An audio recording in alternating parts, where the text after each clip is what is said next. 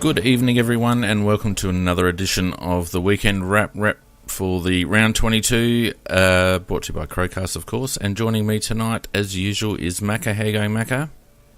Yeah, very good, thanks. Got my letterbox fixed. Oh, it might have been the only exciting thing we got to talk about tonight, actually. And Nikki, how you going, Nick?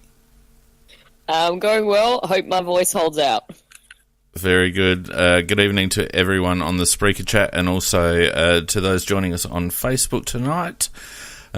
We will get right into it, I think, with some results. Sorry.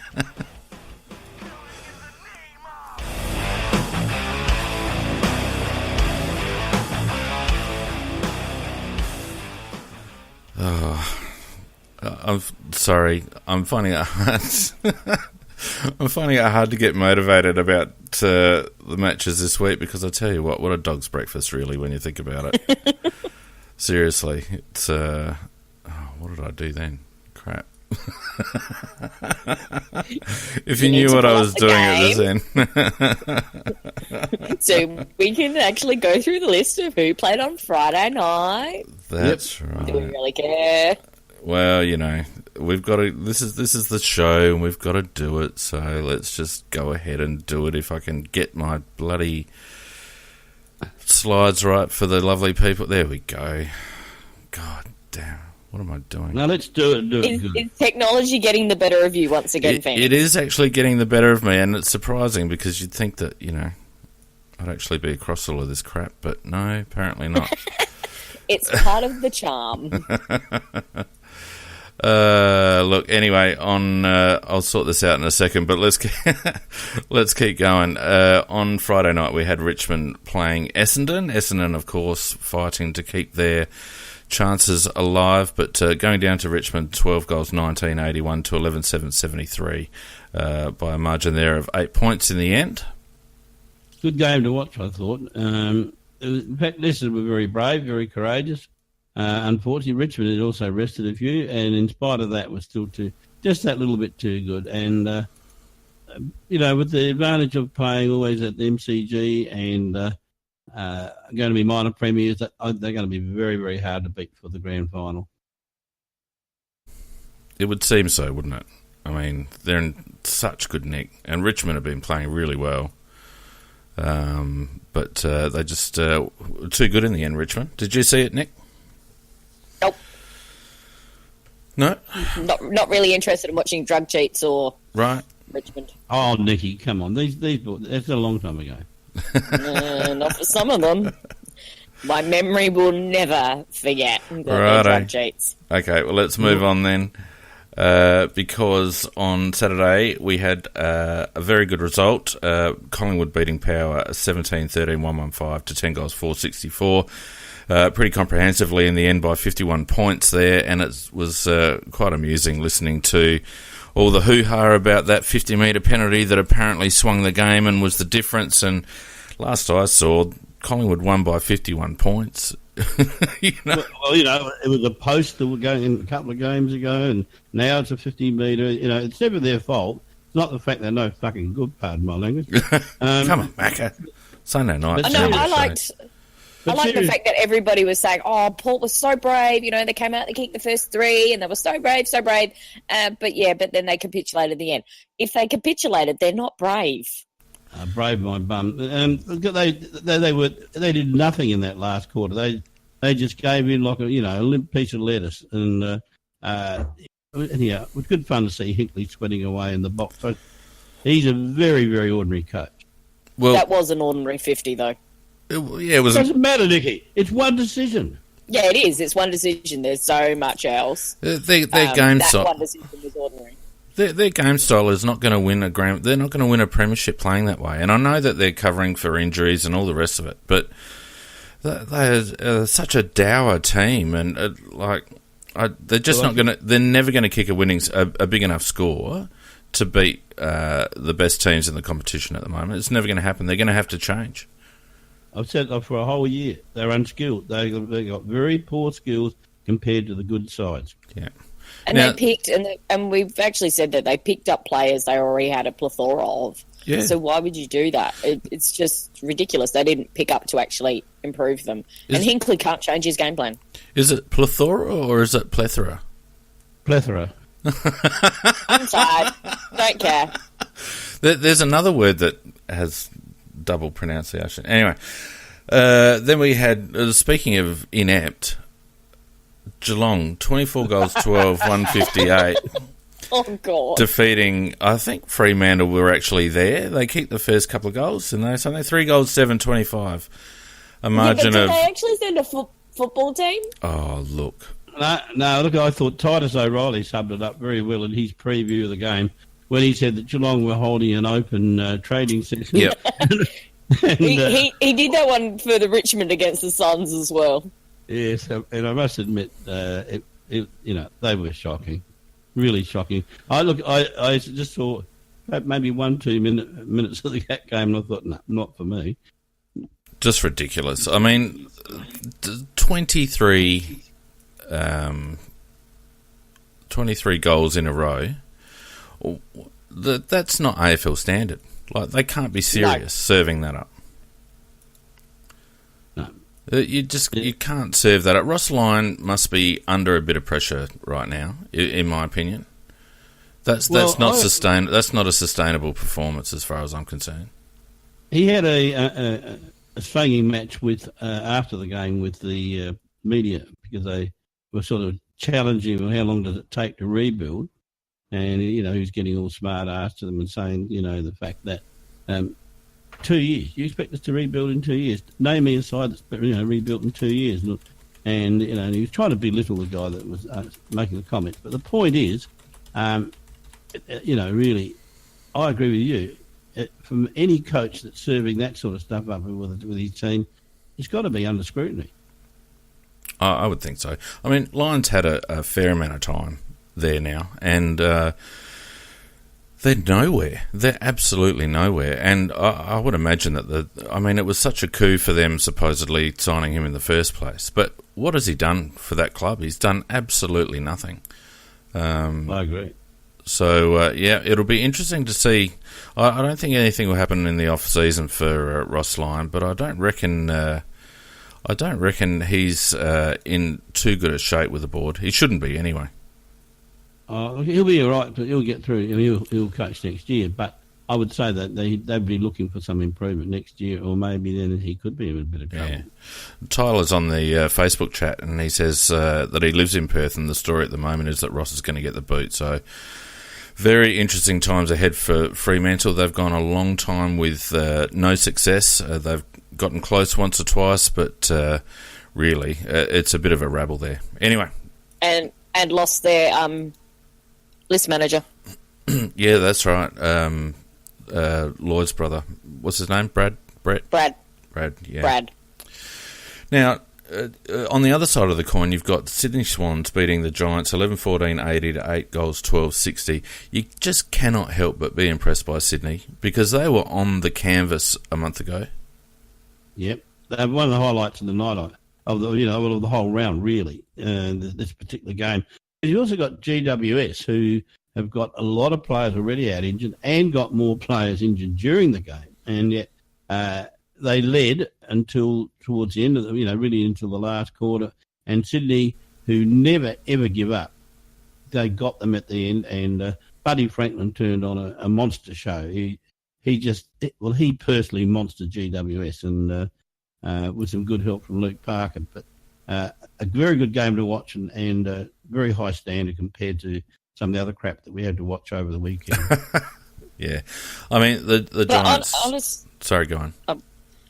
Just on that, though, there was one moment which did change that game, which was Phil Davis getting an injury, and they had to take him off of Buddy. It certainly had an impact. He was holding Buddy so well and rebounding so much, but as soon as he got that injury and they had to move him up forward, Buddy got off the chain. I can totally agree with you, Nikki. And as I say, GW is very brave, but also Feenix is totally right. Sydney just never give up. And they look like they were on the canvas a few weeks ago, and here they are. They're going to play in the finals, and you know that they'll give a good showing. Yeah, you'd love following the Swans at the moment because they always give you something. You know, I mean, they struggle at times, and at times they look second rate. But at the business end of the season, I mean, they're going to end up they're in a good position now to have a top 4 spot and a double chance. And we had them missing the 8 a month ago. Yep, I remember during the game, I think there was a comment that if they make the final, which they look like doing, and they will, it'll be something like 11 or 12 years in a row, I think they said. Yeah, it's a massive effort. It's pretty amazing. Massive effort. And as much as we were kind of, that time we were bagging that, you know, Longmire just coaches one way, and you know what you're going to get against Sydney, and that their midfield is slow and can get exposed because of that. But I think we also noticed that one of the things was that they now can't win at home, but they win away because they have actually tweaked their game plan. So he figured out he was their Achilles heel, is they couldn't win on the MCG. The game plan didn't work for that. Now they are winning on those bigger ovals, which is what Spotless Stadium is as well. But they can't win at home. It's just kind of this little catch-22. Actually, it's quite an astute point, Nikki, because they've lost, I think it's 5 at home, and they've got a very important game to play up there on the weekend at home, and it'll be interesting to see if they can win it, because I'm sure they have tweaked their game plan to suit the bigger ovals. Yeah, I think you're right. Let's move on, and quite a willing game this. Who knew there was such bad blood between these two teams? A bit of back and forth during the week, and then some ungracious efforts, I reckon, by a couple of Brisbane Lions players in the end, Zorko and a couple of others. But the Lions getting up 10 goals, 18-78 to the Suns, 11-8-74, 4 points there. And yeah, you know, say what you like, but I think it's good for the game, and probably good for the Gold Coast Suns, that some rivalry builds up between those clubs. Yeah, and a pity for them too, because they actually led until fairly late in the game. But I did like the where Fagan, the coach of Brisbane Lions, when in his after-match press conference, apologising on behalf of what Robertson said, and said, you know, the usual standard, he'll learn from that. He probably won't. Yeah, he probably won't. No, but you know, I thought it was good that he actually said that out publicly and put that apology out there, because while it's good to stoke things up like that, and there was a lot of bad blood between them. Surprising amount, wasn't there? Yeah, there was. But well, when you get called soft, I would like to see Gold Coast win it, but Brisbane Lions is a little bit too good for them. Yeah. And then, of course, the Saints. So where did they get that one from? 11 goals, 10-76, just going down, pushing Hawks all the way, 12 goals, 80, margin there of 4 points. And Hawthorn looked like they'd already had one eye on the finals, to be honest. But St Kilda, their skill level kills them every time. Now, it's that time of the year where seasons are over and players' careers are on the line and they start pulling their finger out. Well, they certainly played. You always get results like this once a team's season is over. Well, they played above what I would have expected them to play. I mean, it was a 50-50 game, and Feenix is right. If St Kilda had the same skill level as Hawthorn, they would have trounced them, because Hawthorn's got much better skill. But in the end, just a 4-point margin. Yeah. And they had so many chances to score. Oh, yeah. Yeah, they really should have won that game, St Kilda.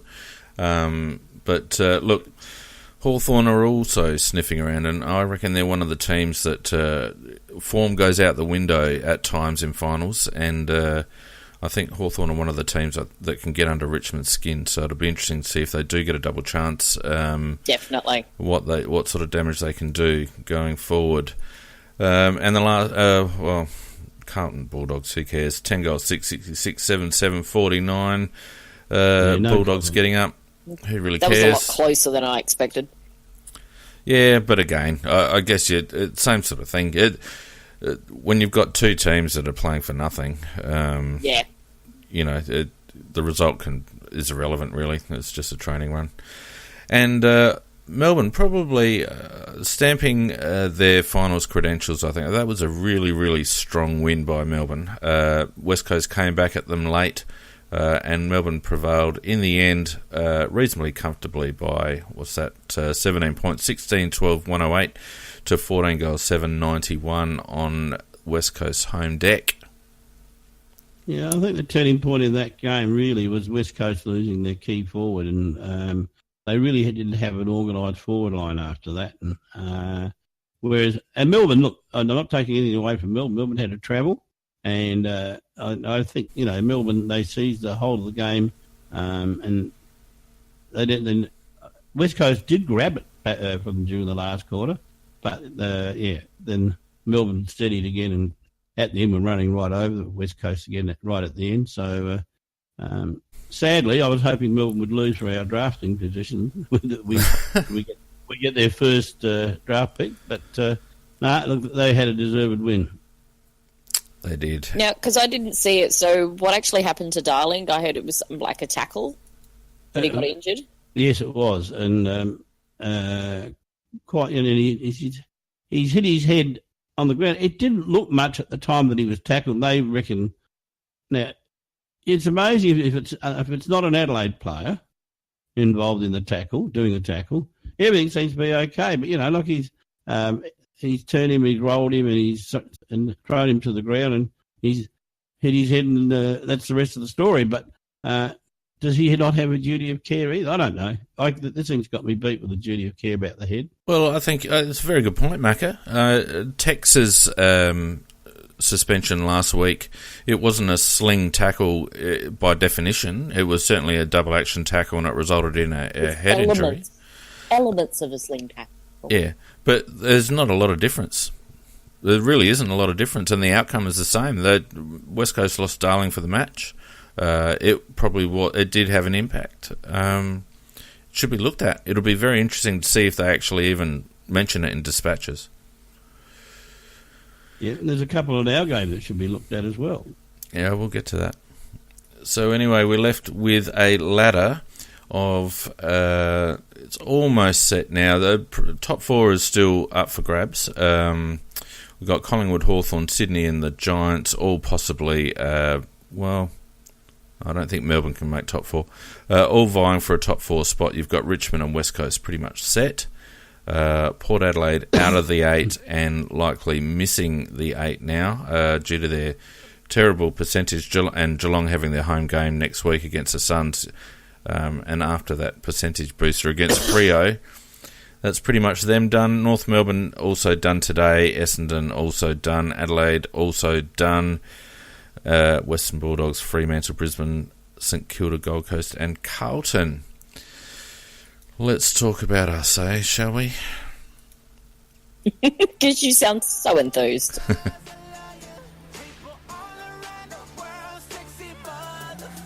Get ugly.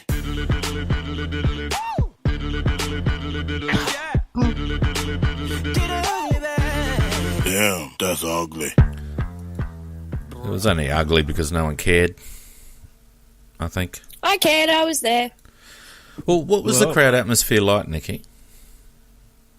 It was that little quiet kind of murmur in that first quarter when they started to get a bit of the, the start of that first quarter where they had control of it, and we're like, oh, here we go. Here's our midfield, our poor bloody back line. They're going to be under it all game. And then part of the way through, we tightened up the midfield. We really started to pressure them, and the crowd started to get a bit more involved. They said there was 41,000 there. Pretty sure they're lying. Yeah. I think there was less than that.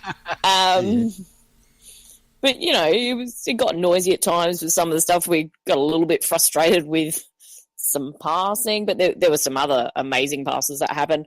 And then when they were really getting that run on in the last, there was, as you can hear from my voice, and a run on with assistance from three men in green. There was a bit more noise, and then that final, the 18 seconds to go. There was a lot of noise.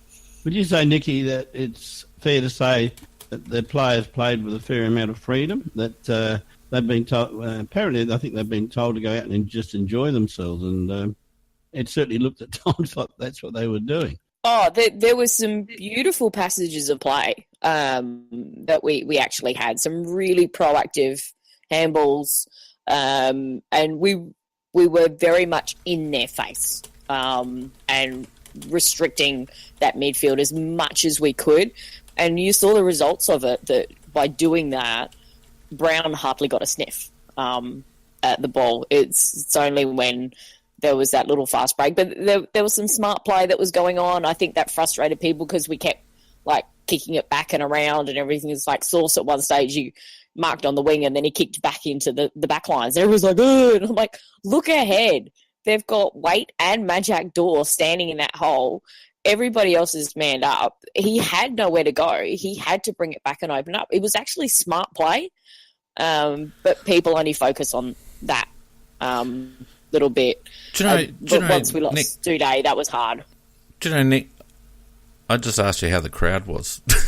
I didn't ask for a match summary. Sorry, but then Macca asked me about, some of the play. That was good. No, it's all good. Look, Adelaide getting up in the end, 12 goals, 14-86 to 11-77 with a bit of a last quarter fight back from the Roos, as you mentioned. JJ kicking 3 for us and Jared Waite having a little cameo and a burst at the end there where he looked like he might break the game right open, especially with time going down. We really didn't have a matchup on Jared Waite, and he ended up with 3 as well.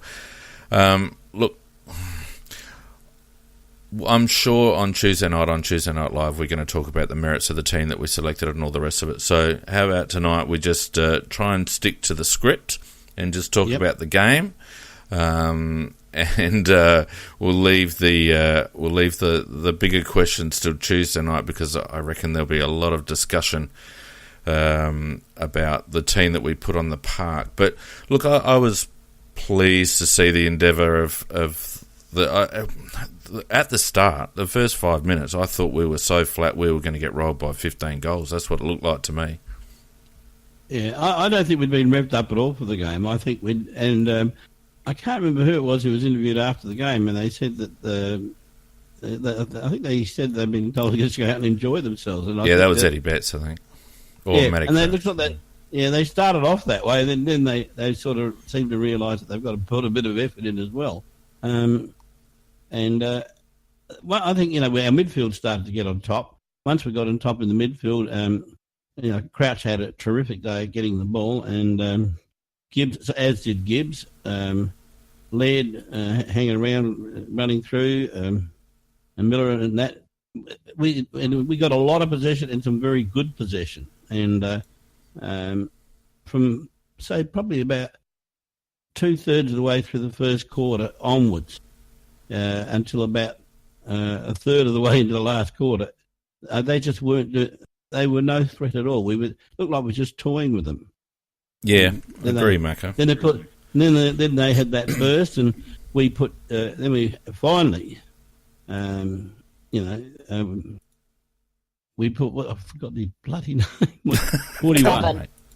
McGovern back. We put McGovern. Yeah, we put McGovern back. And as I said on Tuesday night, I would have liked to see him play the whole game back there, because up forward he was pretty pathetic, I thought. But when he went down back, he was reading the ball beautifully, and he looked like a very good player, and would have been the best way to run him back into top form, in my opinion. But that's just my opinion. I know we're not talking about bigger picture stuff, but Gov looked really disinterested for large portions of the game, to me. No, he wasn't. He was. Sorry, Nikki, I have to agree with Feenix there. He would not. But you're looking on the camera. You're not looking at the game, and the camera's once again not showing you everything that he's doing. And you can't see his facial features, etc., from about 100 metres away either. That's very true. His faces always look like that. Oh. He's always looked like that. Even when he's having amazing games, his face generally tends to look like that. Well, you're reading something into it that's not there. Well, I will stick with Feenix on that one. I'll stick fat on that one, because in my opinion, he doesn't look like a player who really wanted to be there. Well, it wasn't so He's much. not going anywhere, trust me. Wasn't so much that. It was more. It was the reactions after goals and all that sort of stuff. It was how the other players were getting around him. And you're right, Nikki. You know, I mean, we could be reading stuff into things, and He's always like that. well, you can't say categorically that we are. In your opinion, we are. So, in my opinion, it did look as if he was slightly disengaged. So, you know, I mean, I don't know. The situation with Gov is going to be very interesting in the off season, and it could be all, you know, smoke and well, it could be. It could be. You can't say categorically that it won't be. He may well be the pawn that Adelaide uses to try and get hold of the number 1, number 2 pick. Well, you know, you bundle him up with a first round draft pick, and you'll get it. Yeah, I don't know. He just seemed a little bit disengaged. The players didn't really seem to get around him terribly much. But, you know, as I said, and you're right, Nick, could be reading stuff into it that's not there. But he did look good down back. I felt he looked very good down back, actually. So he'd be a gun down there, a gun, because he does read the play beautifully down there. He's just like his brother does, and he's got a beautiful set of hands. And when the ball's coming in like that, where he's not having to be the one that's getting hammered from behind, he looks very, very good. Yeah. So, look, let's run through. I'm trying to get some stats going here, and it's not happening for me. So, the late game stuffed me up. So our pretty graphics probably aren't going to work tonight for the stats, but I will reel some off because look, head to head was interesting. 464 disposals to 372. We just went 1-1, kicked a handball, and Matty Crouch was probably the one that contributed to that the most. Marks 120 to 101. Yeah, tackles 57. A record number of handballs. Why are you actually? Why are you interrupting me? Because it's Macca's job. To give you a fact. Well, give it to me when we're talking about Crouch. Hit outs 30 to 38. Goldstein. I didn't think Sauce played too bad. Where were we? Scoring shots 26 to 22. Obviously, where's our inside 50s? 56 to 47. That was even more skewed up until the last quarter. Rebound 50s were even at 36 apiece. Just flicking the page over, our contested possessions 147 to 136. Uncontested possessions were massive disparity, 321 to 241. That really reflected the two different styles of game. North, for the large part of the game, had numbers back, and we were just trying to pick through their zone before they really opened it up in the last quarter. 350 effective disposals to 274, 75% disposal efficiency. Look, contested marks, I felt we got beaten in the air, 10 to 16. Marks inside 50, 11 to 13. Clearances, we were not bad, 37 to 30, although again a lot of that was stoppage clearances. And whilst we did win centre clearances 13 to 11, I felt again for large portions of the game our centre clearance work wasn't great. Around the stoppages was good though, 24 to 19. Turnovers 72 to 79, intercepts 79 to 74, tackles inside 50, which I thought again let us down terribly. Our forward pressure 6 to 14.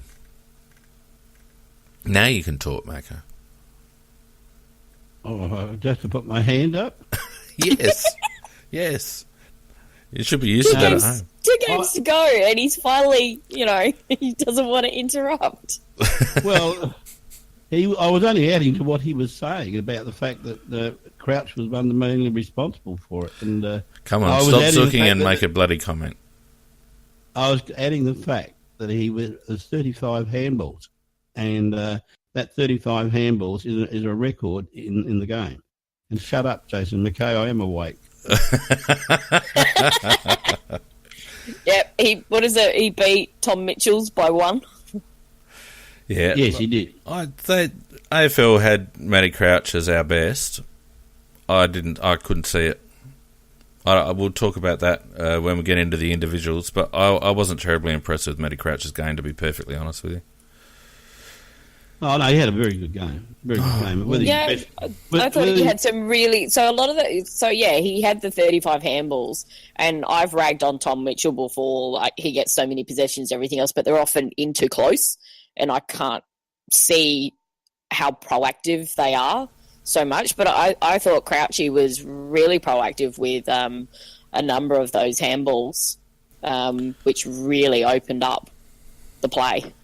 In the last quarter, when the pressure was on Nikki, Matt Crouch did 3 handballs over his head to no one. I'd have to watch that quarter. Yeah, it was very noticeable, and one of them resulted in a goal to North,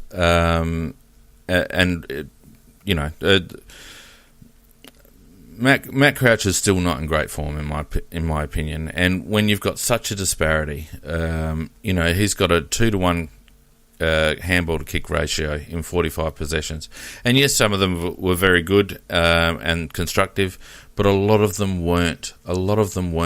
And we rag on about Tom Mitchell being ineffective with the amount of disposals that he gets. And I felt that was the type of game that Matt Crouch had tonight. He wasn't damaging with his disposals. Well, I think you're not giving him a lot of credit for a setup that they obviously have at boundary throw-ins in particular, where Crouchy stands in the front, the ball comes forward, he gets it, and he knows where a Crows player is and shoots it out to him, and mainly it was Gibbs. Gibbs was one of the main recipients today. And rather than turning around on his left foot and kicking blindly, what he does, he gives it to a player who's well aware the ball's going to come to him, and that player then uses the ball a lot better. I think you're selling very short, and I think to get the ball 46 times in itself is an achievement. No, it's not. Not when you're a front running midfielder. Not when you're our number 1 or number 2 midfielder and our number 1 inside midfielder. Well, I think it is. How many times though do midfielders get those numbers regularly over the 40s? There's not too many. They don't. There's not too many that do. And on top of that, a lot of them were, they're just little. Yeah, there were some that were wasted, and there's always going to be when you've got 46. But there were also a lot that I thought set up play, and I thought he had an extremely good game. So in the first quarter, he had one. I wouldn't say he was best, but I think he was in the best players. In the first quarter, he had 1 kick and 10 handballs, Macca. In the second quarter, he had 3 kicks and 10 handballs. He had 4 kicks and 20 handballs to half-time. Yeah, and I did make a comment, Mrs. Mack, at half-time, that I think there was probably in that first half, at least half a dozen times he should have kicked rather than handball. That's what I'm getting at. But that also means there were a hell of a lot of times that he did the right thing as well. Yeah. Okay. Look, I reckon it might have been addressed at half-time because he went 5 and 9 in the third quarter and 2 and 6 in the last. But I feel like when Matt's not quite on song, and look, don't get me wrong, I think he's a wonderful player and his best is very, very, very good. But I feel like when he's not on song, he's a bit of a hot potato player. He doesn't seem to have a great deal of time with ball in hand, and he tends to give the first option. And sometimes he sells other players into trouble, or he doesn't look for an opportunity to be aggressive with his ball movement. And there are times I think that he could take an extra second and use the ball by foot a bit more, which he does do when he's on top of his game. Well, while I agree with you on that, there are those occasions, I do think you're generally very harsh on him. It was either last week or the week before that. You said you didn't like his game, and yet both Pike and the opposition coach gave him five votes as best. Well, that's good. So what I'm saying is I think you're generally harsh on him. Well, I could be. Well, that's my comment. Where do you want it to go now? You know what I want to see over the pre-season is he work with Gibbs about how Gibbs is able to do those side steps, create that space, because he's a master at it. That gives him that little bit of opportunity to size it up and then make the decision. And that's a classic example, Nick. Sorry, Mac. No, that was it. That was really those two mainly working together. I think where it becomes very, very productive. But you're right, though. There are times when he overdoes it, when there is an option to kick it, and then he tries to find somebody with a handball, and probably makes it slightly not quite as good as it was. So, yes, and I think he probably may have been addressed at halftime. But having said that, it still takes a lot of work to get 46 possessions. Of course it does. And when you're right next to the play, it's less difficult. Look, we had Rory Laird on 20 and 21. That's a nice ratio. 21 kicks, 20 handballs for 41 disposals, 9 marks, 2 tackles, 4 inside 50s, 5 rebound 50s. What else have we got? 8 contested possessions, went at 73%, which is always good when Lairdy's disposal efficiency is up over 70s. 4 score involvements, gained us 452 metres. Turned it over a little bit 8 times, but 6 intercepts as well. I thought he was pretty rock solid. He played a very good game, extremely good game, and he always plays a very good game. He also does a few jack rules running past and getting possessions that way too. But I don't mind because he's a very good user of the ball. But except when he does the dolly kicks high up in the air. Pardon? So when he does his little dolly kicks that go high up in the air. Yeah, that's probably the only criticism sometimes. Yeah, but if you take it on an overall percentage of what he does, Nicky, he usually ends up with a pretty good efficiency rate. But that's the same thing, is you're forgiving Lairdy that he does that. And yet you're not forgiving Crouchy. And that they both have their limitations. Yep. In terms of some skills. The fact that we've got both of them is an absolute bonus. They had Anderson, I think they were trying to tag him a little bit at times. And once again, didn't really work. I had them both, those two, as the two best for us anyhow. Yeah. Lairdy did his best work in the third quarter. He had 12 effective disposals out of 12. He did turn it over a little bit in the first half, but I felt overall he was pretty good. It was actually very hard for me to pick a best player. Sloaney, again, 6 and 23 for 29 touches, 3 marks, 6 tackles, 3 inside 50s, 11 clearances for Rory. 20 contested possessions, 75 or 76% disposal efficiency. His clearance breakdown, 6 centre clearances, 5 stoppage clearances. Didn't gain us a hell of a lot of meterage, 147. He was a bit more in and under than usual. 3 score involvements and 8 intercept possessions. I probably would have had Sloaney as my best, actually, in terms of all-round game. Yeah, my one criticism, what was his efficiency rating with his disposal? What did I say? 76%? Yeah, that was actually good considering how in close he was working. And he was that in and under Macca. He was doing that desperation stuff that we love so well from him, just getting the hand in, trying to stop them breaking free. Some really great, I mean, you'd call them almost tackles, but it was enough to put that pressure on that they then couldn't get a clean getaway and allowed us to pressure even more. I think you gave a great example to the side of how you should work your ass off to try and get the ball. No doubt about that. I thought he was very, very good at that. Yeah.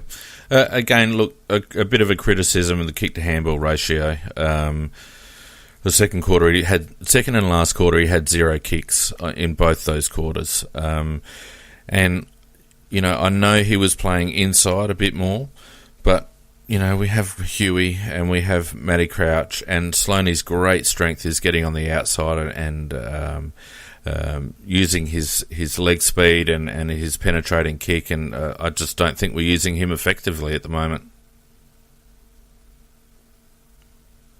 What, Sloaney? Yeah, I don't think we're using him effectively. We're not using his strengths. I think that's probably what he's not using it because... it's the role that he's got to play, Macca.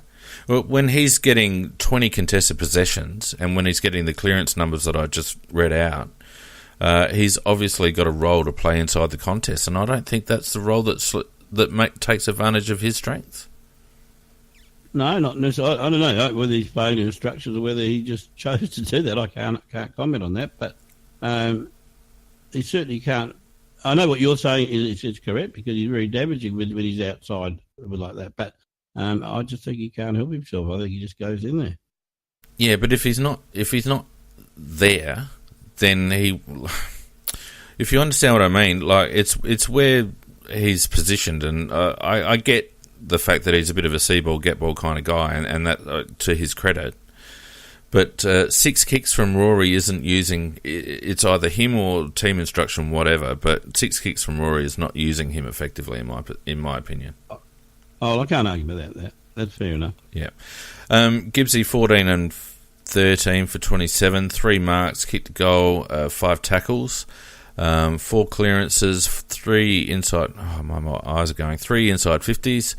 2 rebound 50s. He only had 7 contested possessions, so he definitely was an outside player for us. Only went at 70%. I thought he was a bit sloppy with his disposal.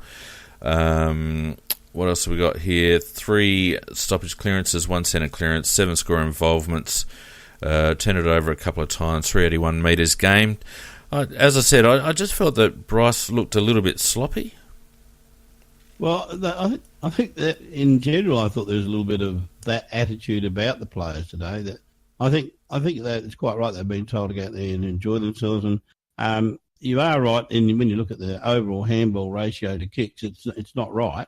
It's far too many handballs overall, and I think that's the players have just played their own game. Well, that's what it looks like. I mean, I think some of that was because of what we were up against. I mean, North Melbourne do try to clog things up, and we were specifically trying to pick our way through their zone. I felt like we overused the ball in the back half. There are a number of times that we got ourselves into trouble with errant disposals and then a chain of handballs that just sold the next bloke into trouble and, often resulted in a turnover. And I feel in general we overused the handball, and I think that contributed to a pretty lacklustre inside 50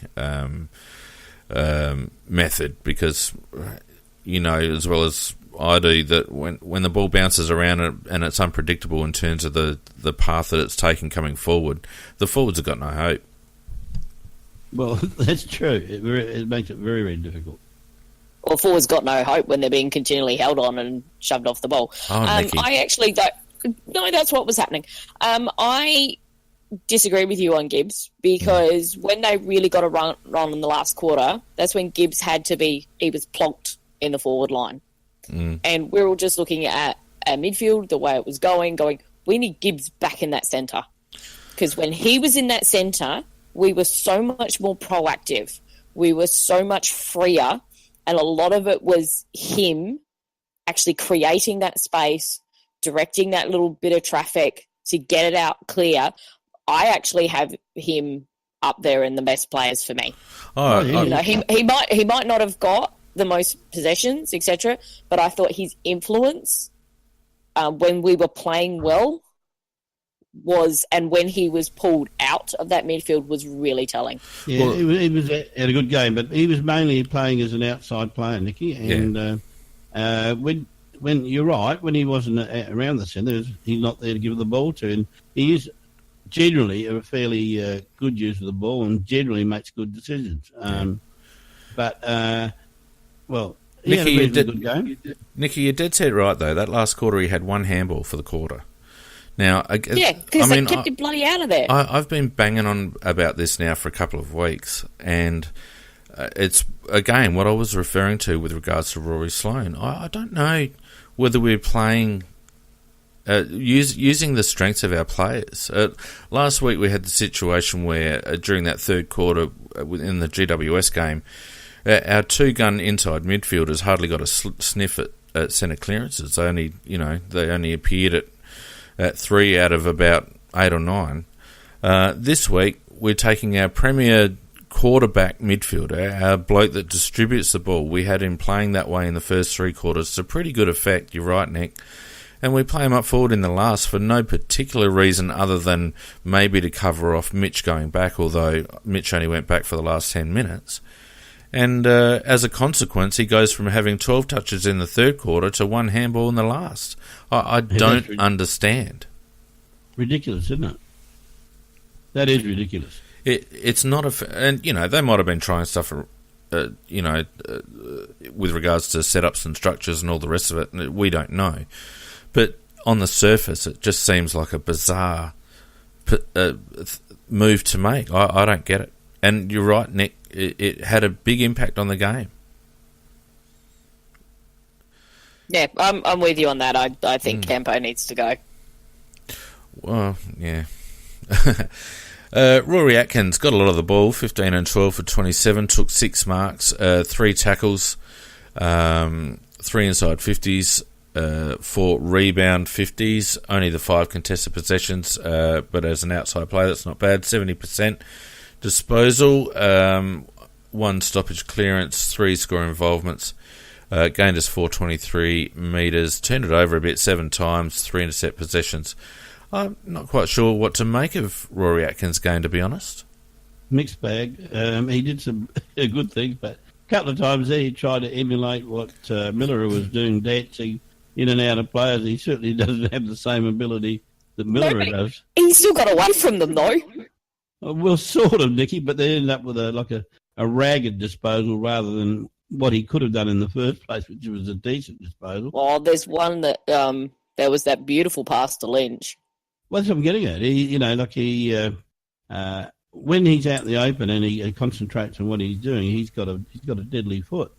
And, I'd like to see him concentrate on doing that a bit more rather than dancing around people all the time. Leave that to Miller. He's the star at it.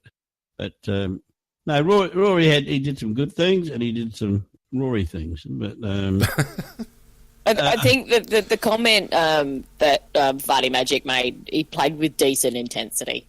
And that's what I liked from his game. There was a rise in intensity and keeping involved in the game for longer. I also agree with I agree with he did with Just. Look, at the end of the day, if we're talking about players playing their role and us using their strengths, then as long as Rory goes when he needs to go, I don't expect him to be Jack Zeeble bloody knocking people out, but as long as Rory goes when he needs to go, and he did lay a couple of tackles, and I felt like he was involved in the play. I actually don't like. You pointed out that pass that he kicked to Lynchy there, Nicky, and it was a perler. We need more of that from Rory. I felt like he was playing quite deep defensively. He's one of the few guys that can distribute into forward 50 really effectively, and I feel like he needs to be one of our outlet players. Like when we're transitioning, he needs to be the bloke that we're trying to release to get the ball into our forward 50, and I don't think we actually do that often enough. No, I agree with you. No, well, I mean, when he is doing that, I don't think there's any player in the team, perhaps other than Miller, who can do it as well as him. Yeah, he's got a very good eye for kicking to grass, Macca, and that's exactly what he did. He almost led Lynch to that ball that he passed in. Not almost, he did. Yeah, he did. And that's the sign of someone who can see the game really well. And when he's got time and space, we know that he's a really good kick. So these are the things I think maybe we lack a little bit, that we. Atkins, and maybe it was because Brodie Smith was a late withdrawal, and we got messed around with our structures with Tom going down as well. That sent D-Mac back into the back lines. I should have sent D-Mac into the stands, but anyway. I liked his game. Why? Because he bumped into a few blokes. Come on. No, I'm sorry. Did you miss those beautiful timed runs that he did pass to receive the ball? It was amazing. I set my watch to them. That was so well timed. No, they were actually really good. And he was really reading the play so well. And because he had to go back, it meant that Seed and Rat had to play longer on the wings. Yeah. All I can say, he must have offended somebody at Northville because they all seem to be trying to kill him all day. Well, They were so dirty. I'd be no, they weren't dirty. They just played hard. I wouldn't mind betting that D-Mac's got a busted rib. He ought to have one after some of the knocks he got. Yeah. He still kept running. Yeah. But anyway, we're talking about D-Mac. Who else we got? Seed, I thought, was reasonable. 16 and 7 for 23, 7 marks. Should have been 8. Yeah. Oh, yeah. He dropped the car. He definitely dropped the car. Yeah. The certain irony. Majak Door was not happy about that happening. The certain irony about it was that the only reason he dropped it was he actually leapt too high, and the ball actually went in underneath his hands. Yeah, he got his thumbs. Yeah, it was just underneath his hands. He'd gone up so high, and I reckon if he'd taken it, he would have got the car. Yeah. Yeah. Oh, definitely. It was. I mean, not only was he high, but he was high on Majak Door, who's about 9'8". So Anyway, poor odd Seeds. He would have gained a lot of ground too, wouldn't he? What was his meters gain? 1 moment, please. 4 tackles. It's like I'm a servant to you guys now. 7 inside 50s, 5 contested possessions, winner 82%. What else have we got here? 7 score involvements, and meters game 574. So certainly team high, probably game high actually. Yep, game high 574. And he was one bloke that I felt like we were using correctly. He was skirting the outside of the contest, but he was going when he needed to go. And using his long kicks to pretty good effect. Yeah, we use it. What you're really saying, he's got certain assets and we use them well. Yeah, he's a harder player than I think people give him credit for, though. Would you agree with that, Mac? Yeah, look, I've never seen him as a squib, but he did pull out once when he was playing with Collingwood. And he missed about the next 10 games because of that. Yeah, but he's had to carry that his whole career, and I've seen him. But it was only one incident. It was just the one incident. Yeah, and it's ridiculous because that's all we heard from Collingwood supporters. He's soft, he doesn't go in hard or whatever. I remember. Yeah, but that's what we were told. That he's like this. We watch him all the time, and he doesn't go in. He doesn't like to tackle. And I went and watched the first trial or preseason game or whatever we did. I think it was at Sturt Oval, and he was hitting blokes hard and tackling. And I'm going, this is not what they told us. And he's never played soft at all the entire time he's been with us. He's happy to take. Not happy. You're never happy to take a hit, but it's football. You have to take the hits, and he's very happy to dish him out. It's amazing how a man can get branded on one incident. Yeah, absolutely, and unfairly, because he's shown throughout his time at the Crows that when he needs to go, he goes, and he's a good tackler. I didn't. I mean, we're not going to get into this, but I didn't really want him to play because I felt like we were just playing, Russian roulette with his hamstrings. But I'm glad that he got through it anyway. Who else can we talk about? I thought Tommy Lynch was all right. 17 and 6 for 23. Took 8 marks. Miller. 1 moment, please. Just my request. You guys, I'm going to mute you both and just do the bloody show by myself in a minute. 7 inside 50s, 5 contested possessions. Wasted it a bit, 60.9 disposal efficiency, 7 score involvements though, and 387 metres gained. I felt like we used Lynch a little bit better, or he certainly positioned himself a little bit better this week and got on the end of a few chains, whereas he seems to have been in the past couple of weeks a bit caught for space. Yeah, we did use him better, and he had a reasonably good game. Barty Magic says that he was in and out of the game, and I would agree with that.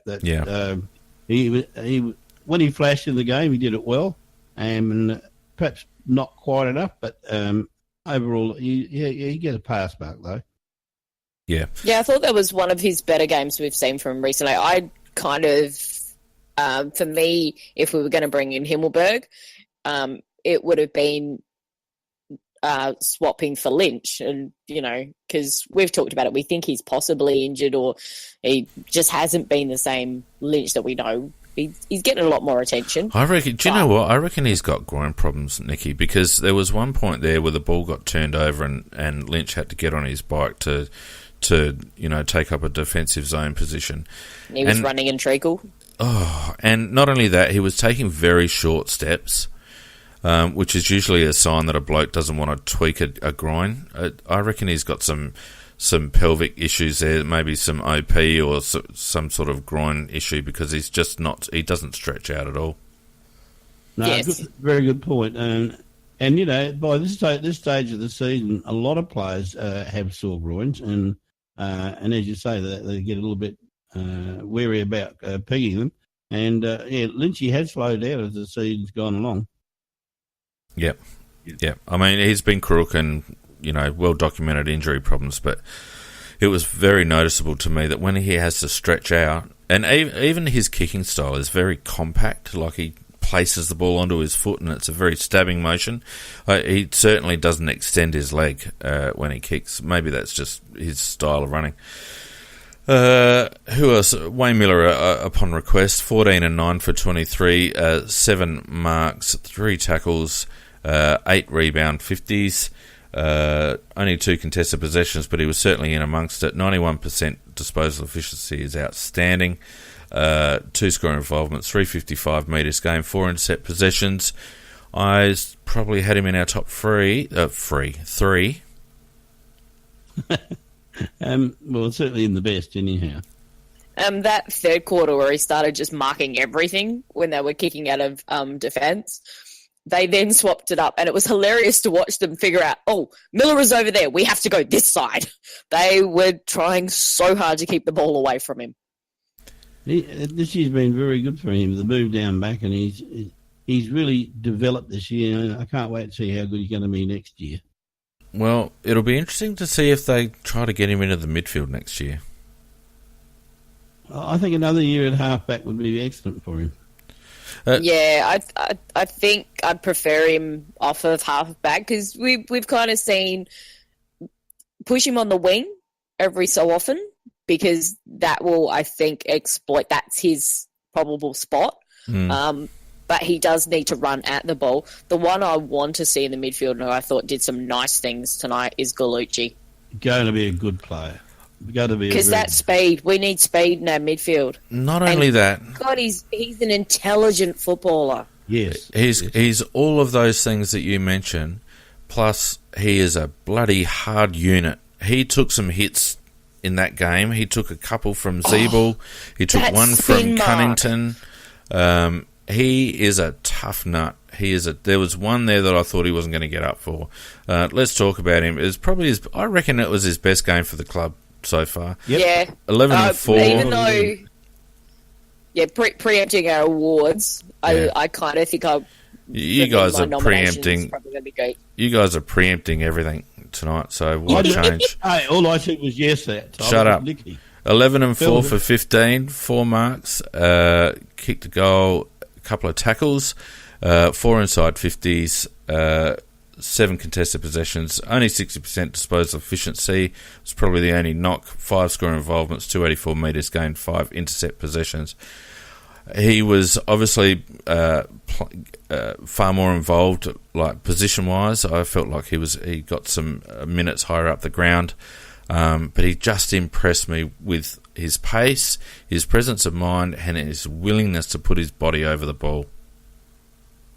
And he's a bloody good mark. Well, he's got a heap of attributes, not just one. I think he's going to develop into an extremely good player.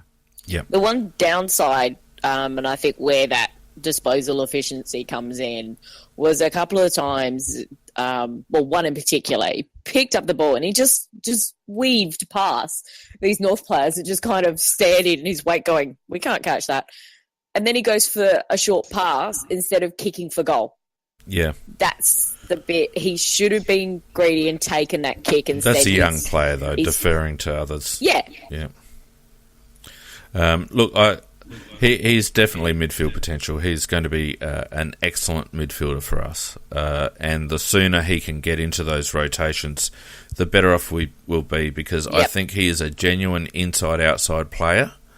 And I think there's a touch of class about him to go along with the hardness that he's showed. It certainly surprised me somewhat. Richie Douglas may as well get ready for a season in the SANFL next year, because Jordan Gallucci is Richard Douglas, Jordan Gallucci is what Richard Douglas could have been, in my opinion. With speed. I think he's got more talents overall than Richard Douglas had. Dougie was a good player. He was, but I think he was a good AFL player. But I think Gallucci's got more versatility about him in the sense of the assets that he brings to the table, and once he becomes mature and confident and has that feeling of belonging and doing his own thing, I think he's going to be very good. On the on the subject of Richard Douglas, I actually will have him nominated a bit later. But was he as bad at the ground, Nikki, as what he looked on TV? Nope.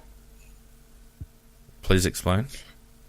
So he was part of the midfield rotations, and then when he would go up forward, his job was to actually mind Majak.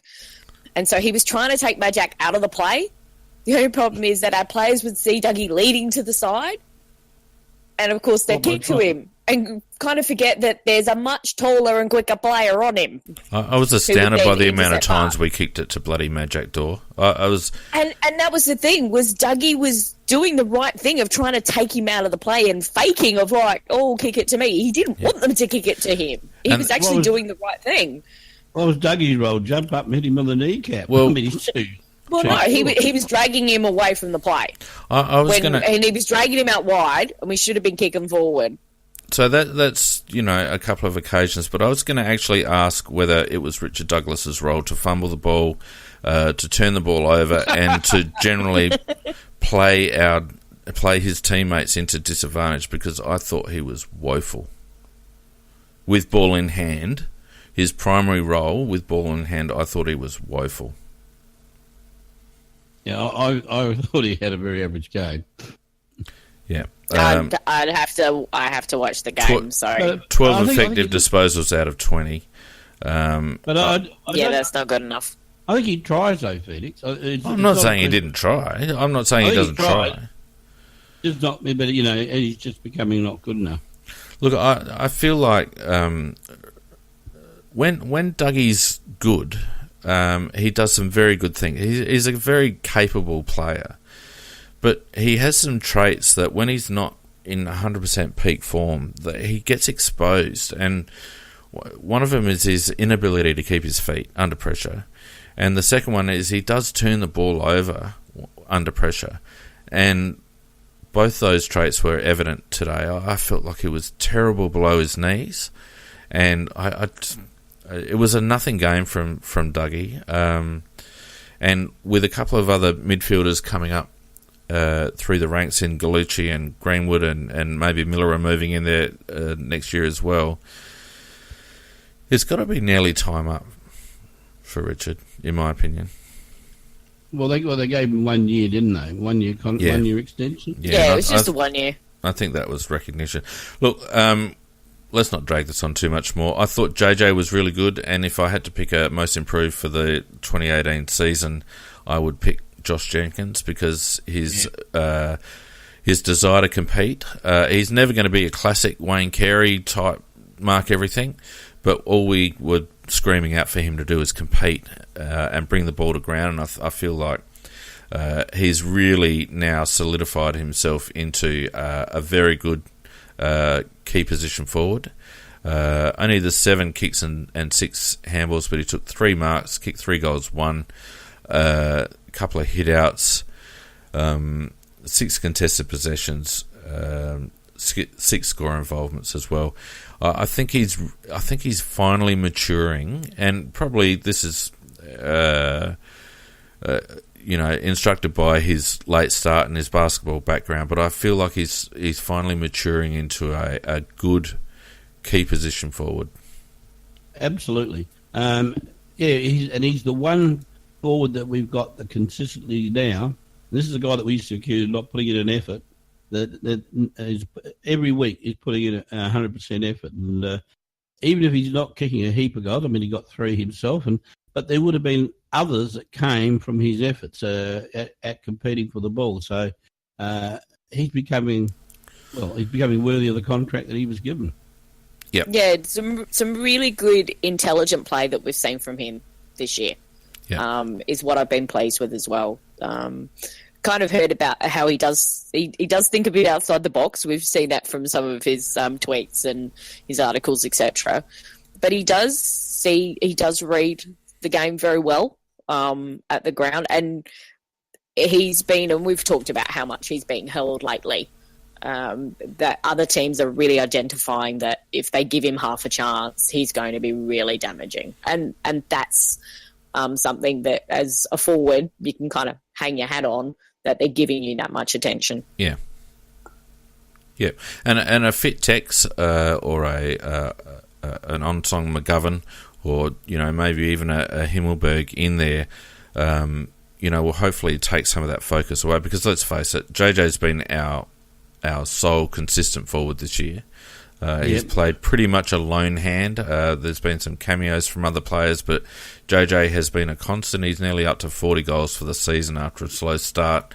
And, I've been one of his biggest critics, but everything that I've criticised him about over the past few years, I feel like he's addressed. And the biggest thing is now he doesn't shy away from physical contact. He actually embraces it and takes it. And that was the main thing that I wanted to see from him. So I'm quite happy now that he's our centre half forward, and that he's progressed his game and developed his game enough to fulfil that role. Even in his ruck work, he uses his body a lot more as well. Yep. So all round well done by Josh to come from being, I think, rightly criticised by everybody for a lack of physical effort to raise his game to where he is, out of all the forwards, the only one that's given a consistent year. If you look at Lynch, whether you look at there's been no continuity really between the others. No, Eddie, McGovern, Norton. There's been really nobody else that's really consistently helped him. No. So I think well done by him. Yeah. Look, I think that's probably enough for the individuals. We'll get to our awards for the week, shall we? Can we just mention one or two others? Andy Otten, I think, I was very critical of his being chosen, but I thought that Andy did have a good game, and I thought that when you consider he stood a guy in Ben Brown, and I know they didn't deliver the ball very well to him, but I got to say, well done by Andy. And also David Mackay, who's one of the most maligned players. That poor bugger got flattened and killed about 10 times, but he did get up and keep going. So I think they both deserve a mention.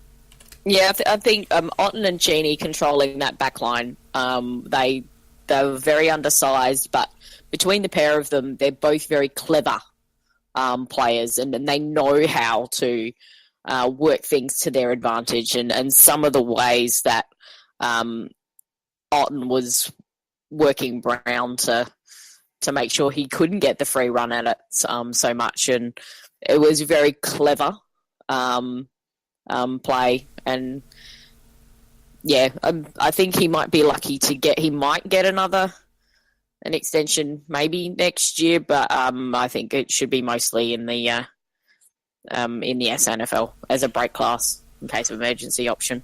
Yeah. Well, it's not often that Andy doesn't play a solid game.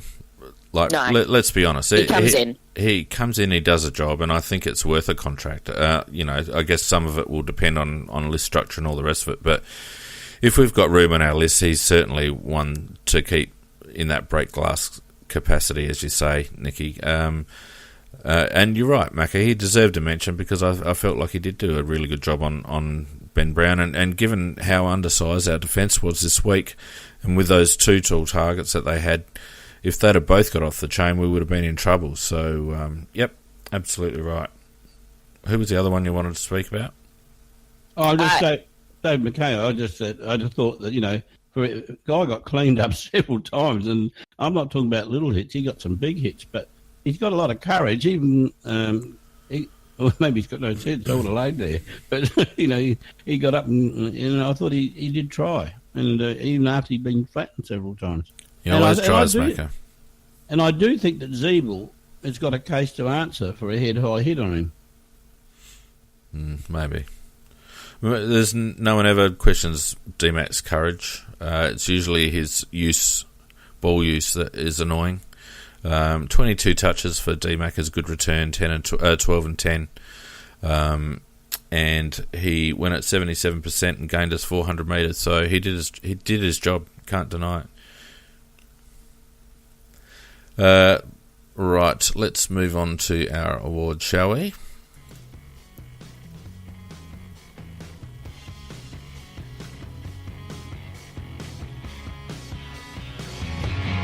You're gonna get what you need. Gonna get what you need. You're gonna get what you need. Gonna get what you need. You're gonna get what you need. So, I don't know, Jet of the Week.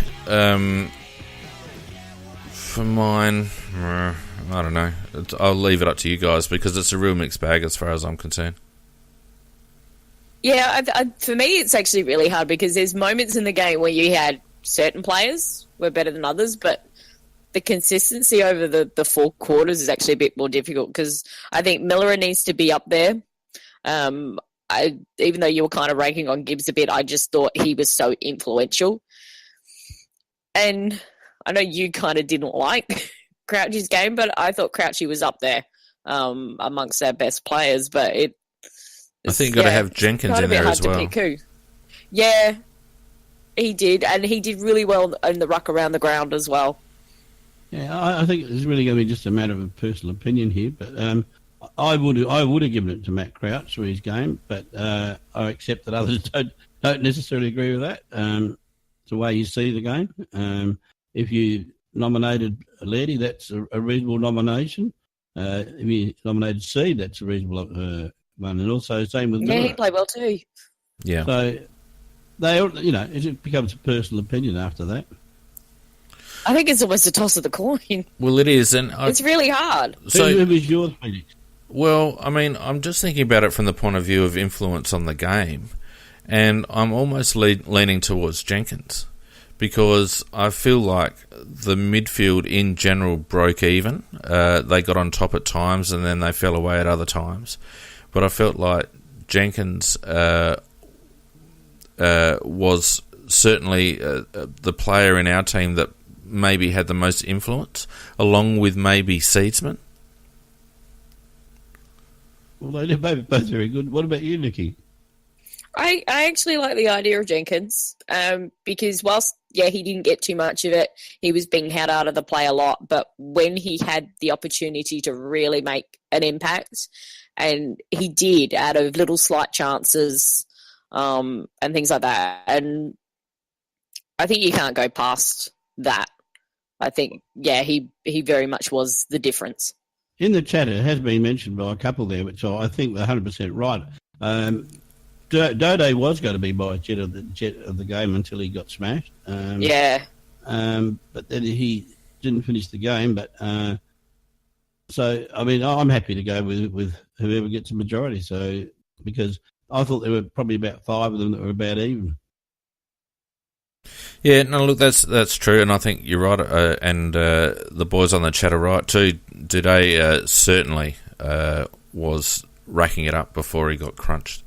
And got to say, I hope Bryce Gibbs goes and bloody helps him out because it was Bryce Gibbs' fault that all happened because Bryce was indecisive with ball in hand and it led to them fluffing around and then... no, that was Crouchy. No, it wasn't Crouch, it was Bryce. I wrote it down. It was Bryce that actually made the initial error that led to that whole fluffing around. The handball over the top, that was Crouch. No, it wasn't. I'm pretty sure it was Crouch. I'm talking about the lead up to that. I know it was Crouch that made the handball, but what initiated that whole little passage of play was Bryce Gibbs stuffing something up. I can't remember what he did, but he either didn't make a pass or he missed a target or something, and then as a result, there was a series of handballs that led to Crouchy doing what he did, which led to Duday being put in the position that he had to basically go for a ball that he was always going to get crunched on. Yeah, he was. He was set up. No doubt about it. You could see it coming a mile out. All right, let's go on to our Breakout Award, shall we? You make me break out. Make me break out.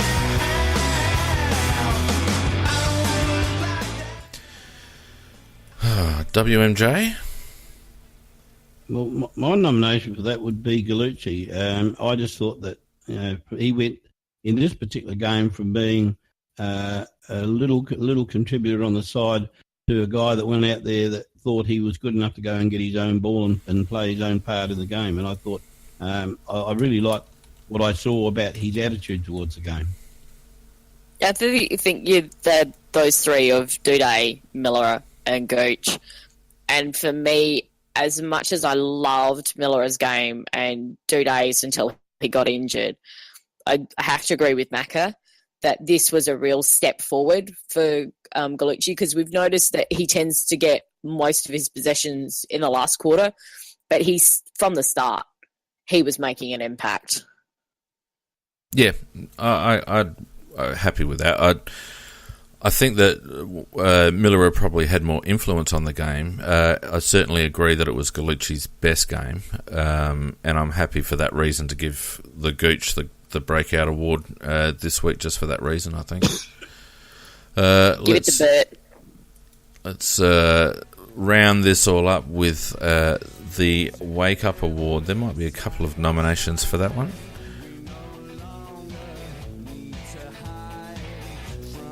I really have to cut this one down, you know. No, it's the living end.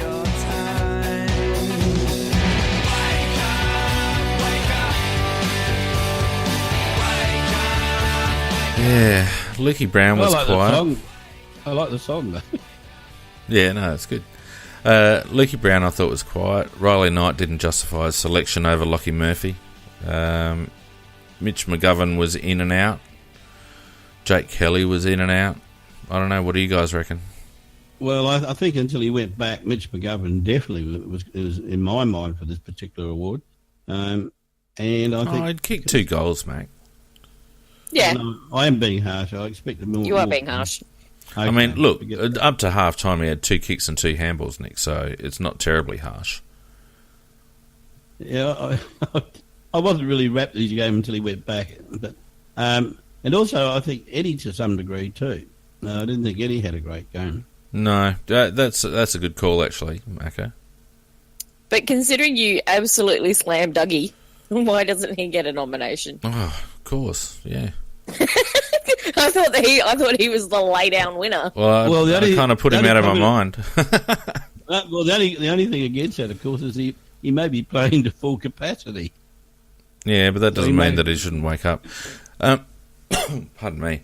I just felt I was really disappointed with Riley Knight's game, and I felt like his inclusion needed to be justified on the basis of dropping Lockie Murphy, who I don't think had actually done a lot wrong.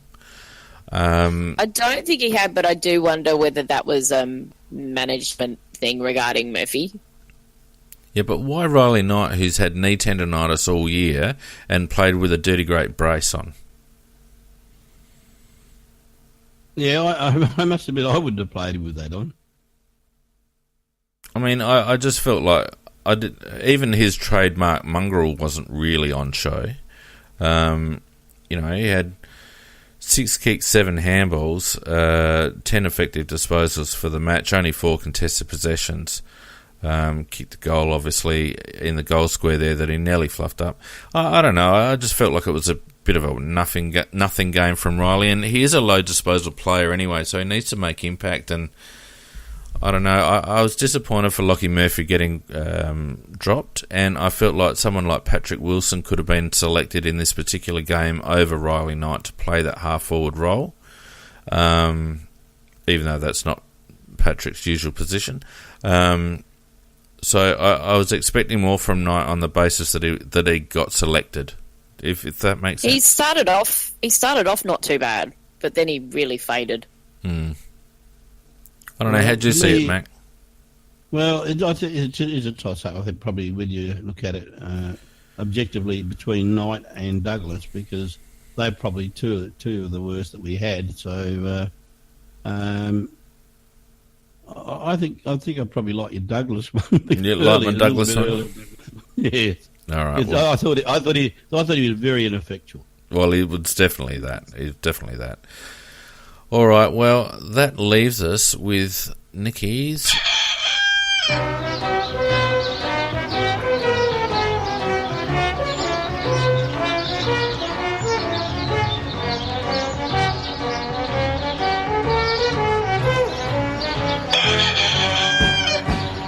Underground, overground, wombling free. Go for it, Nick. Well, Michael Christian. Elements of a sling tackle. Oh, you wanker. So, yeah, I mean, that's kind of a given. Tell us how you really feel. He's a wanker. He needs to be fired at the end of the year. I don't disagree with that at all. He's been a blight this entire season, and how he didn't get sacked at the start of the year after abusing an umpire. That just shows you how pathetic the AFL really are. Weirdly enough, my dad actually said that we should nominate Rucci for an anti-cockwomble because lately he's actually been talking sense and making sense and right. not being as well, because he was Dad. My mother listens to 5AA. I keep trying to stop her, but she does. She likes to yell at them. And he had a Port supporter. So this is a cockwomble is going to be given to all those Port supporters who rang up 5AA yesterday morning to complain about their lack of column inches this week. Oh, God. Because the Crows got more stories than they did. And Rucci had to turn around and go, well, what were the stories for Port? We report on the news. There are actually 17 sporting teams in this town. Nobody gets an equal amount. Who gets reported are those that have actually news to report. The irony was, Dickie, that they're complaining about how much the lack of reporting for Port Adelaide. There was 2 full pages on the bastards in that very day. Yeah, they don't pay attention. Well, let's not forget that a lot of Port supporters can't actually read, so they might actually...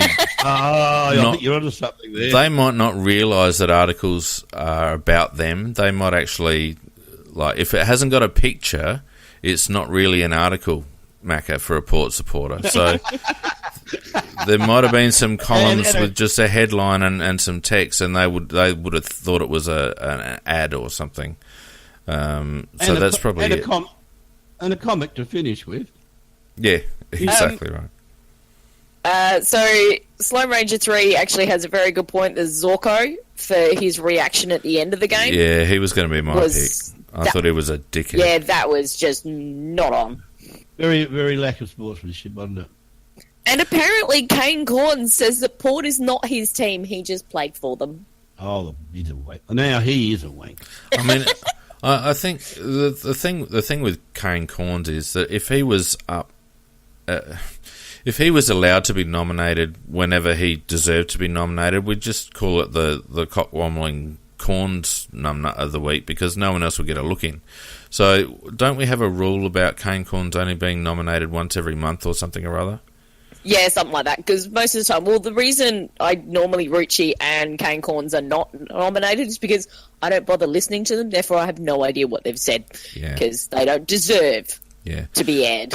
I must say about Kane Corns, though, someone brought something up during the week on Big Footy, which I thought was very pertinent in relation to Kane Corns' ongoing sledging of Tex Walker as captain or whether he should be captain of the Adelaide Football Club. This gentleman recounted the time that Kane Corns came runner-up at the Best and Fairest at Port Adelaide. I forget who won. and Kane obviously felt that he should have won and had to be restrained by his father from walking out of the best and fairest prior to receiving his runners-up award. And his award speech consisted of about 5 words. Now, that's not the actions of someone who can have any sort of opinion at all about anyone's ability to lead or what their leadership qualities are. In fact, Kane Corn shouldn't make any personal statements regarding other people, because what he did at that Best and Fairest, I think it was 2005, what he did at that Best and Fairest night just showed what a petulant little child he really is, and nothing's changed since he's gone into the media. It's hard to argue with. No, he's been employed to be a troll. But he's he is by comments. nature, but he's got no credibility, Nikki, because his personality is such that he is the type of person who would walk out on his own club's Best and Fairest because he didn't win an award he felt he should have won, and then to get up and not be gracious in his speech. I mean, if ever there was someone who was full of their own self-importance more than Kane Corns, I'm yet to see it. He's also a stager. Yeah, he's everything. Everything that he criticises, he actually personifies. Everything, Nikki. Yeah, So- I mean, is he actually a respected player? And I would say if you polled his peers at the time, that would be a no. Oh, absolutely. I can't say what I really think about it. I think otherwise I might get sued. That's why I'm not saying very much. But I do think Zorko for this week, he has to win it. Yep. Yeah, good one. Just for that reaction at the end. I really like Zorko as a player, but he was still trying to bait Suns players. I think he has got a bit of dickhead about him, Dane Zorko. Yep. That's not the first time he's done a few dickhead things like that, and No. I think there is a bit of that about him. Hodge's influence is showing through up at Brisbane. No, Zorko's been like that before Hodge turned up. He has, but I think it's been enhanced this year. Yeah, maybe. No, I think he's done it before too, though, Nicky. Even before Hodgie went up there, I think he's got a little bit of petulance in him, and he actually makes a fool of himself. Yeah. Anyway, look, I reckon we've done pretty well to hit the 90-minute mark, considering we're going to only make this a quick one. Thank you to everyone who joined us on Facebook Live. Excellent to see you there, making some comments. We had Amanda from Calgary, I think it was, in Canada listening in, and she's currently watching the game and then going to watch the CrowCast again on replay. So thanks for joining us, guys. Thanks to our stalwarts in the Spreaker chat. Another lively discussion, over 600 comments on Spreaker, and I'm going to work out a way of putting it on our Facebook Live feed so people can see how much activity there is on our Spreaker chat, because it adds to the enjoyment, I think, of us doing it on a Sunday night as well. Don't you reckon, guys? It's definitely fun. And some very good stuff on there as well. Yeah, it's some excellent comments. These guys, Sometimes I'm paying attention to the chat and I'm going, oh, hang on, what player was Feenix talking about? no, they know their stuff, and I know I pinch a lot off of them when I'm looking at it. So it's good stuff. Yeah. And the other thing I was going to say, make sure you don't miss Tuesday. I reckon it'll be pretty lively on Tuesday. DSG, who the hell is Brian? DSG's just said, say hello to Brian, please. Who the hell is Brian? Hi, Brian. I don't know who the hell Brian is. Hello, He's Brian. not the Messiah. Yeah, that's right. Look, don't forget you can follow us on Facebook and Twitter at AFL CrowCast. You can listen to us just about everywhere. If you're listening to us on iTunes, please drop a review for us. That'd be great. We're now on TuneIn Radio, Spotify, Facebook Live, obviously, and you can catch us on demand on any of those places, including our own website, even YouTube these days. So get around us. Thanks for your ongoing support. We'll be back again on Tuesday night for Tuesday Night Live, where I am sure that'll be a lively night's discussion. In the meantime, thank you, Nikki. Thank you, Macca. Night all. pleasure. And Pleasure. we'll bugger off and have a good week, everyone. Yeah, good night all.